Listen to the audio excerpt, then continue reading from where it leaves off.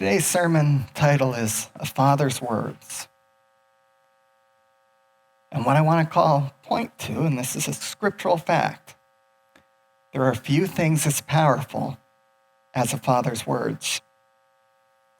And I'd like everybody to open their Bibles to 1 Thessalonians 2, verses 11 and 12. And I want you to keep them open to that, because everything in this message is going to be on those two verses, but I got a lot of other scriptural references, and I'll be sharing those on the screen. First, I'll hold something up here. Nice little tool belt. Nothing too fancy. Belt holding it up's changed a couple times over the years. But years ago, a father gave his son a tool belt on his birthday. Wasn't anything too fancy. Just a belt with a hammer loop and a few pouches. But when the son received it, he lit up like it was a full guild of armor. Like it would cover him head to toe. Like it was the most amazing thing ever. The dad handed it to him and said, "This one is yours now. It doesn't look like much, but give it time and it'll hold a lot of good tools. And you'll build things too." Now the son, he wore that belt like it was armor. Any chance he got to put it on, he put it on. But all that mattered to him was that it was his father who gave it to him. And even more, now that his father gave him this, well, his father must trust him to not only help when he's taking on a project, but to build things on his own. I mean, his father truly believed in him. Now, many years later, couldn't tell you how many tools or what tools and what projects this was ever used on. What I can tell you is I've never forgotten those few words, that one quiet moment and a few simple sentences saying, "This one's yours now. You'll build things too." Those are the moments when we look back that sometimes resonate the most. It's simple things in life. No great plan was there when a tool belt was handed over. No great plan behind the words. No sitting there thinking, praying, how do I make this moment the most important moment? How do I make this really hold an effect? It's just the simple everyday words in our lives. Now it's Father's Day, so I am going to be picking on the men, but women you need to pay attention to. You don't get a free pass on this one, just like the men didn't get a free pass on Mother's Day. So the first thing I want to point to is Proverbs 18:21. Whether you are a father, grandfather, mentor, or a spiritual father in someone's life, today we are celebrating the incredible role that God has given men to shape their lives and to shape the lives of the next generation and the generation after, especially through their words. Now we live in a noisy world, but often the voice we remember most clearly is the voice of our Father. Proverbs 18:21 says, "Death and life are in the power of the tongue, and a father's words can either wound deeply or build up powerfully." And we need to hold that truth to heart. We need to remember it. Whether we have a child or not, somebody out there sees us as a father figure. If you're here in this church, if you're a believer, if you're online watching, if you believe in God, if you've accepted him, he's going to bring somebody to you that you are a mentor to, and you may never even know it. And your words are going to mean more to that person than you'll ever realize. And small things that seem completely meaningless to you, just the day-to-day, are going to have an impact. Death and life are in the power of the tongue. and those who love it will eat its fruit. Today in 1 Thessalonians 2:11 through 12, the Apostle Paul compares his ministry to fatherhood. It reads, "As you know, like a father with his own children, we encouraged, comforted, and implored each one of you to walk worthy of God, who calls you into his kingdom and glory." He's saying, like a father with his own children. From this passage, we learn three things every father's word should do. 1, encourage. 2, comfort. And 3, challenge. So the first part, a father needs to encourage. We are to encourage each one of you. Paul uses the Greek word parakaleo. And normally I don't get into this far into linguistics, but it's very important in this passage.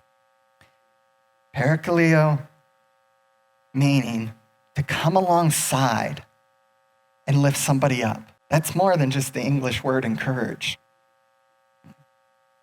When we think of encouragement, you can just go to one of the stores, grocery store, anywhere that sells cards and they got encouragement. Here's a card. It's great. Send cards. They are meaningful.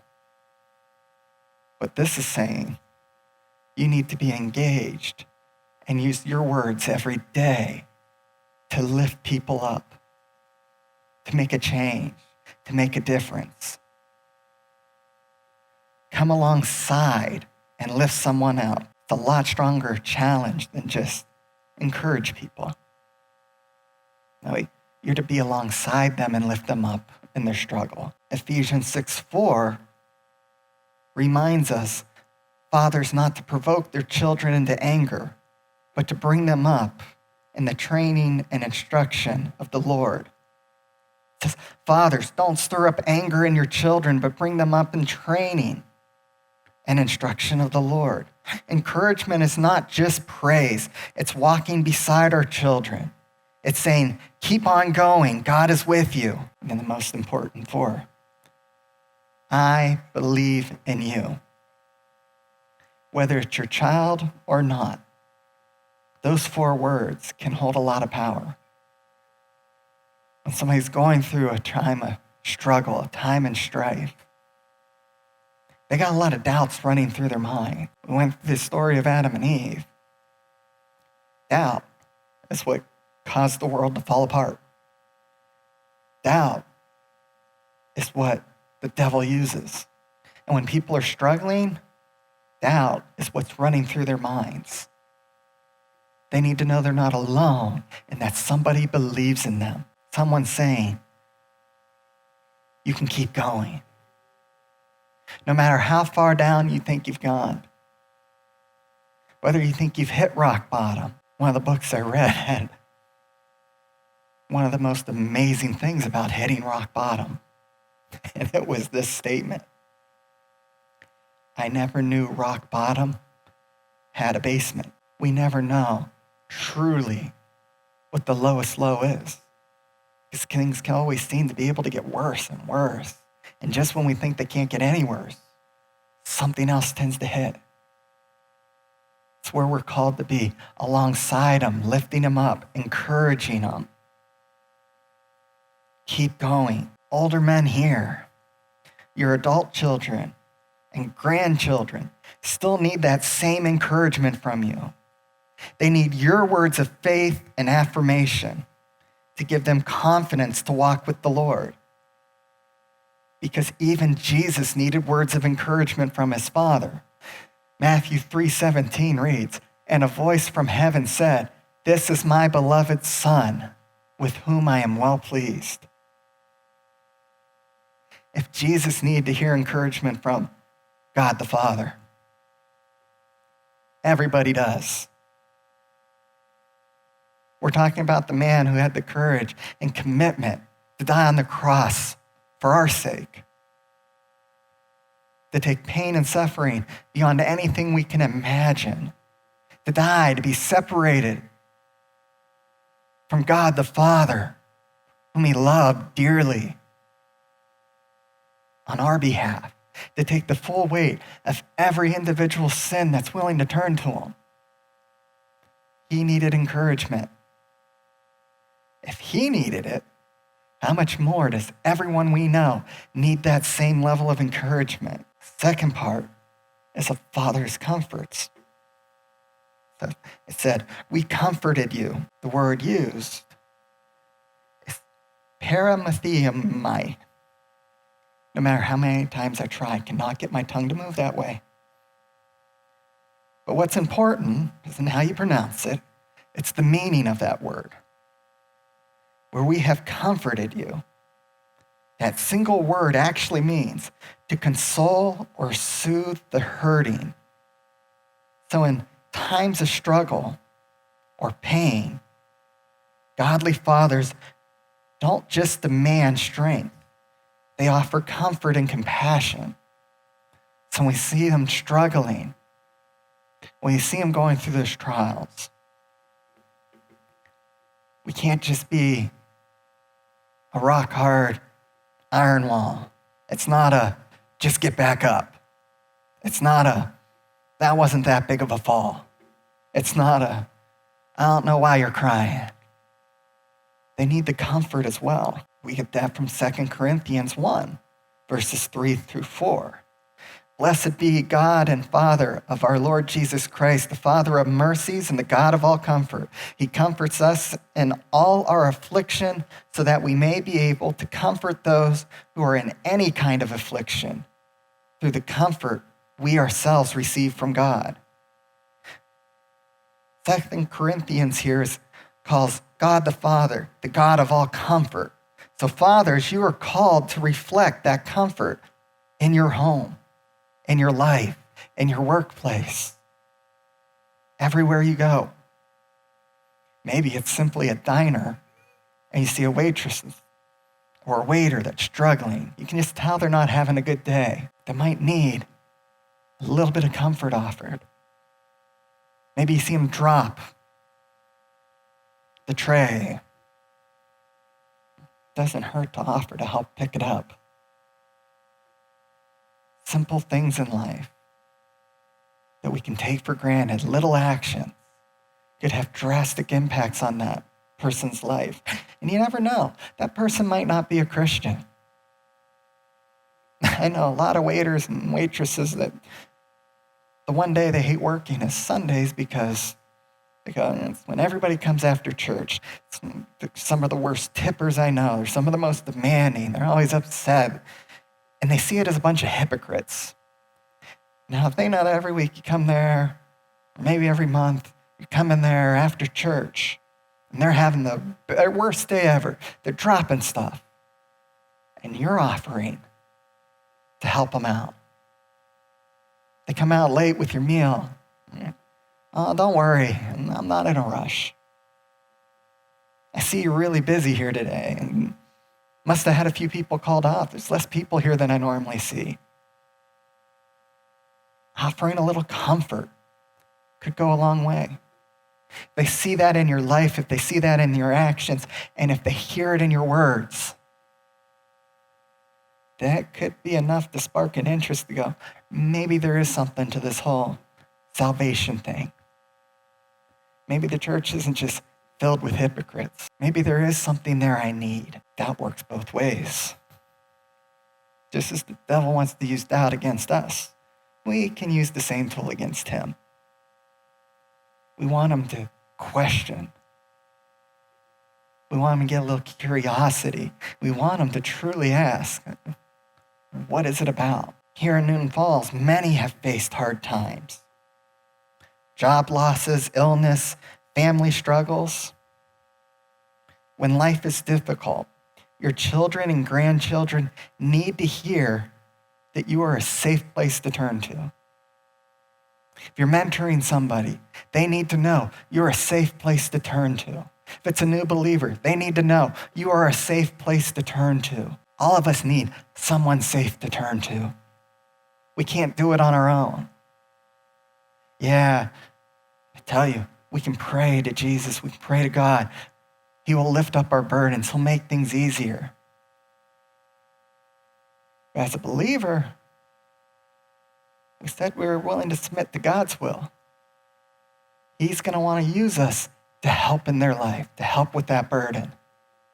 And everybody needs a place to unload, to open up, to just sit down and go, I just need to vent. What's amazing to me is work. I don't walk around with a badge that says I'm a pastor. I didn't even tell a lot of people when I first became one. People came to me just naturally. I just need someone to talk to. I just need some time to vent. You won't believe what just happened out there on the floor. In those moments when they're like, I just want to walk out the door. They really need to let that pressure off. Somehow, just through everyday actions, they felt safe with me. They'd come up and I just need to talk. And then, I don't want this on the record or anything. I don't want this used against me. This isn't even a professional conversation here. I just need to vent. I need to get this out. So when that fire quits burning. We need to be there for that. People need to know we're a safe place to turn. And sometimes comforting words like, it's okay to feel this way. More personally, my favorite. You're not alone. God hasn't forgotten you, and neither have I. Tend to build a resilience and hope. And when people know that if they come to you in those times, hardships, those times of anger, you're going to give them that feeling that they have the resilience. They're not alone. And they've never been forgotten. It's going to give them a sense of hope to overcome anything. Then we get to the third one. A father challenges. And this one's difficult. Challenging is very hard. It's got a challenge without going over top of the comfort and encouragement. Just got done telling you. Can't be a hard wall. Now we're saying you got a challenge. Most people, especially men, think challenge. At least if your brain works like mine, you're either going to an old Western movie or you're thinking a drill instructor. Get your butt up that wall now. Climb that rope now. Do this now. Not quite how we're implored to do this. And every one of us are implored to challenge. This is the strongest word Paul uses. To urge or charge seriously. Fathers must lovingly challenge their children to live according to God's standard. Lovingly challenge. There's a difference between being more concerned with the outcome than the individual. Lovingly challenge. We're saying you're doing it not just to get something done, but because you care about the person you're talking to. We get this from Proverbs 22, verse 6. Start a youth out on his way. Even when he grows old, he will not depart from it. It's telling him, train up a child in the way he should go, and when he is old, he will not depart from it. This training involves intentional, prayerful words of correction and exhortation. In other words, no nagging or just plain criticism, but loving truth. Means when they're coming off the baseball field, softball field, you can't just yell and go, well, you lost because you don't train enough. It's your fault. How could you miss that pitch? How could you miss that catch? You were right there. You didn't even have to jump. You just had to raise your arm and you let it go right past you. That falls into the nagging. That falls into the criticism. It's go back. I believe in you. I know you can do this. I know you have it in you. Bet you can try a little harder this week, and I bet you next week when it's the game time, it's going to be the most amazing game ever. And I'm using a lot of young examples. I have young children. So older men, you're not out of it yet. Your influence is still powerful. You have to speak words of wisdom, words of holiness to influence your adult children and grandchildren and people that you're mentoring. Friends, family, everyone around you, you have a chance to influence. If you're going to do it according to Proverbs 22:6, then you have to challenge them to walk worthy of God. And that was verse 12 from 1 Thessalonians. The same God who calls us all into his kingdom. So no matter how old we get, whether we have children or not, whether our children are older, whether we have grandchildren or not, great-grandchildren, great-great-grandchildren, I could keep going. We're never out of the game. Our words always have meaning. A few simple words can have a lasting effect. So we need to think before we speak. We need to speak cautiously. On my computer for work, I got a little sticker right at the top. It's about this big, black, bright yellow print in bold. Listen carefully. Think intently. Speak cautiously. And that's there to remind me every time I'm in a meeting, if I'm trying to coach somebody, if I'm trying to help somebody, I need to keep those three in order. Before I start thinking about what I need to do or the issue they're having or how to fix it, first I need to hear them. I need to listen, not just to what the problem is. I need to listen to the inflections. I need to see and read their body language. I need to try and understand so I can be beside them and lift them up. If I'm thinking about what to say, or if I'm thinking about what the answer is, they're saying, they should already know this. I missed that whole first step. And if I'm not listening, I can't be beside them in this struggle. I'm not beside them. Really hard to lift somebody up if you're not willing to stop and be with them. If I don't think before I speak, it's not going to come across like I listen to them. If I just go instantly into, standard operating procedure, why don't you follow it? It's not going to be that well received. They're not going to want to hear anything from me. The second thing I got to do is think about the words I'm going to use. And then when I go to speak, it's got to be cautious words. I need to speak with intent. I see what your problem is. I've been there. I've done it. It's one of those things I don't do all the time. Here's a good place to go to. Here's a resource you can use.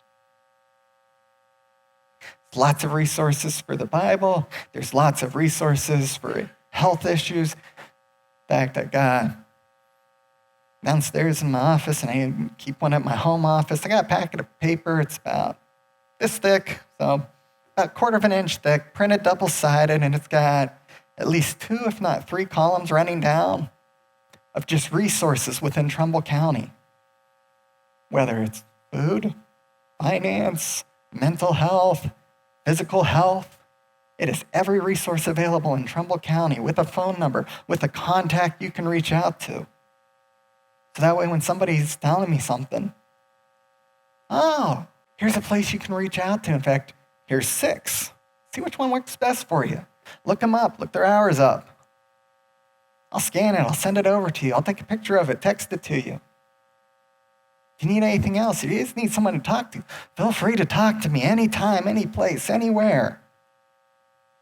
That's how we have to live. That's how we have to listen, think, and speak. If we want to help somebody to walk worthy of God, and if we want to walk worthy of God,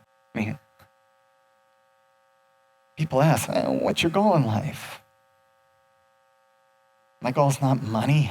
My goal is not fame. It's not fortune. This is going to sound wrong. My goal isn't even to make sure that every pew is filled. That's not up to me. That's up to God and how he chooses to use us. We have a beautiful church. Do I think that's a good possibility? Absolutely. But I end those prayers with your will be done. My goal is to get to heaven in here. Well done, my good and faithful servant.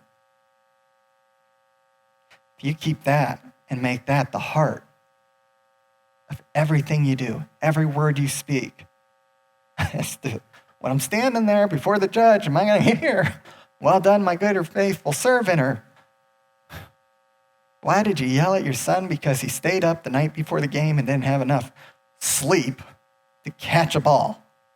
He let it roll right between his legs. I don't want to be there. I don't want to see that. I don't want to hear that. So that's what I have to keep in mind. That's where these three come in. Micah 6:8 reminds us, he has told you, oh man, what is good and what does the Lord require of you but to do justice and to love kindness and to walk humbly with your God. Let's connect all these verses in the gospel together.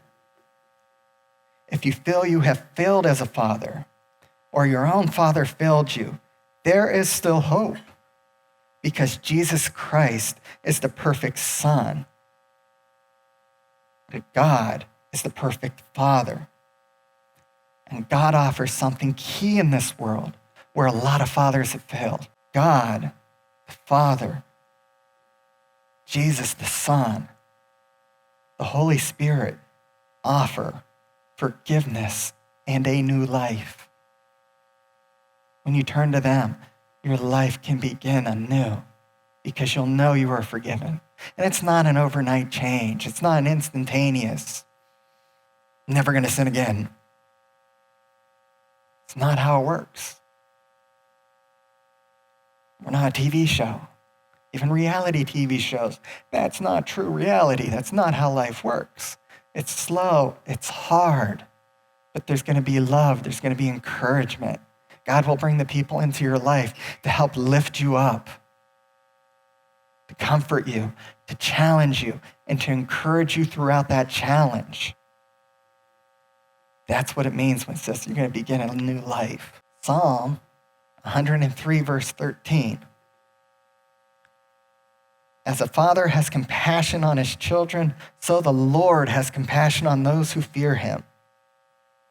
Through Jesus, we can be restored, renewed, and empowered to speak life-giving words. A father's words matter deeply to children, grandchildren, the church, and the entire community. Words have a lot of power. So let us be men who speak like Paul. We need to encourage the weak. We need to comfort the hurting and challenge the wandering, while always pointing toward Christ. I'm going to end the service a little different. Before we close, I have a song that I'm going to let play.